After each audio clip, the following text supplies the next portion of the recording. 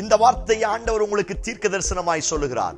உன்னோடு போராடினவர்களை தேடியும் காணாதிருப்பாய், ஒன்றுமில்லாமல் இல் பொருளாவார்கள் என்று ஆண்டவர் வாக்குத்தத்தம் பண்ணுகிறார். இன்றைக்கும் என் வாழ்க்கைக்கு விரோதமாய், குடும்பங்களுக்கு விரோதமாய், கையின் பிரயாசங்களுக்கு விரோதமாய், ஆவிக்குரிய வாழ்க்கைக்கு விரோதமாய், என் ஓட்டத்தை தடுத்து நிறுத்தும்படியா, என் வளர்ச்சியை அழித்து போடும்படியா, என்னுடைய மேன்மையை உயர்வை தடுக்கும்படியாய் பல்வேறு வல்லமைகள் பல்வேறு ரீதியில் நிதம் போராடி கொண்டிருக்கிறது. அந்த போராட்டத்திற்கு நிச்சயமான ஒரு முடிவை ஆண்டவர் தரப்போகிறார். இதுவரை உனக்கு விரோதமாய் போராடின எல்லா வல்லமைகள் இல் பொருளாய் மாறப்போகிறது.